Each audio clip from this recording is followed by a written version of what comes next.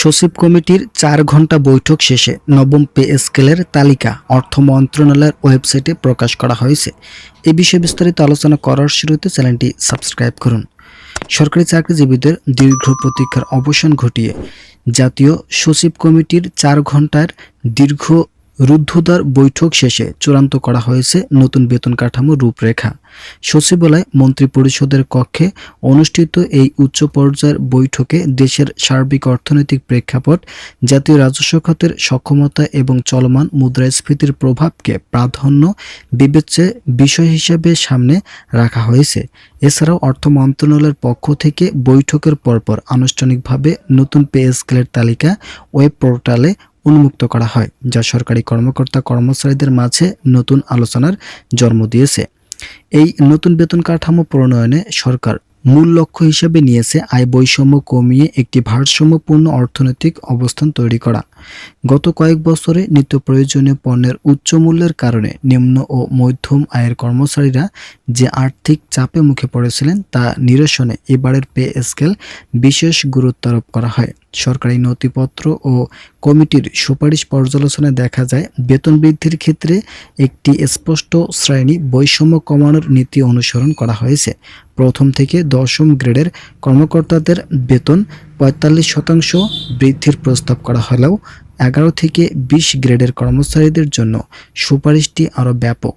তাদের মূল বেতন 1 লাফে 100% বা দ্বিগুণ করার সিদ্ধান্ত নিয়েছে সরকার। যারা এখনও চ্যানেলটি সাবস্ক্রাইব করেনি তারা অবশ্যই চ্যানেলটি সাবস্ক্রাইব করুন। বেতন বৃদ্ধির এই হার কেবল মূল বেতনের সীমাবদ্ধ রাখা হয়নি, বরং ভাতার ক্ষেত্রেও একইভাবে গ্রেড অনুযায়ী ভিন্নতা আনা হয়েছে।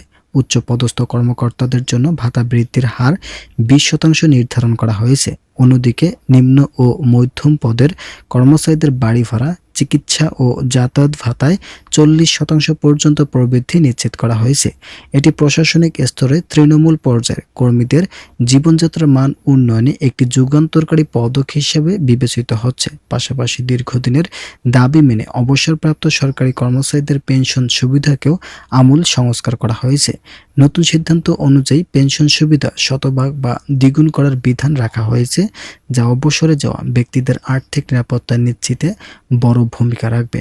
এবারের পে স্কেলের সবচেয়ে উল্লেখযোগ্য দিক হলো 11 থেকে 20 গ্রেডের কর্মীদের জন্য প্রথমবারের মতো বিশেষ রেশন সুবিধা অন্তর্ভুক্তি। বর্তমান বাজার পরিস্থিতি মোকাবেলায় এবং খাদ্য নিরাপত্তার স্বার্থে এই রেশন কর্মসূচি চালু করা হয়েছে।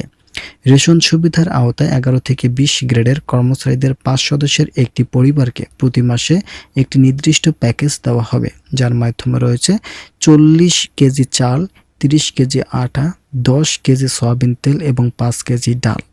পরিবারের সদস্য হিসাবে 5 জনের বেশি হলে রেশনের এই পরিমাণ আনুপাতিক হারে বাড়িয়ে দেওয়ার ব্যবস্থাও রাখা হয়েছে। সরকার তৃণমূল ও মধ্যম সারির কর্মচারীদের আর্থিক সামাজিক নিরাপত্তা বলয় শক্তিশালী করতে এই বিশেষ রেশন কার্ড পদ্ধতি প্রবর্তন করেন। সচিব কমিটির চূড়ান্ত এই খসড়া প্রস্তাবনায় গ্রেড ভিত্তিক বেতনের একটি সুশৃঙ্খল বিন্যাস তুলে ধরা হয়েছে। আপনারা অবশ্যই চ্যানেলটি সাবস্ক্রাইব করুন। নতুন বেতন কাঠামো অনুযায়ী প্রথম গ্রেডের সচিব পর্যায়ের কর্মকর্তাদের মূল বেতন নির্ধারণ করা হয়েছে 1,56,000 টাকা।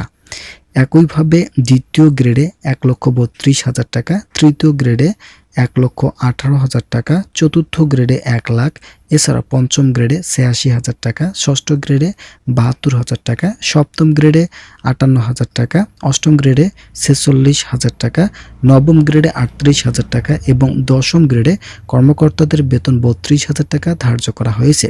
গ্রেড ভিত্তিক এই বেতন কাঠামো নিম্নতর ধাপগুলো আরও আকর্ষণীয়ভাবে বিন্যস্ত করা হয়েছে।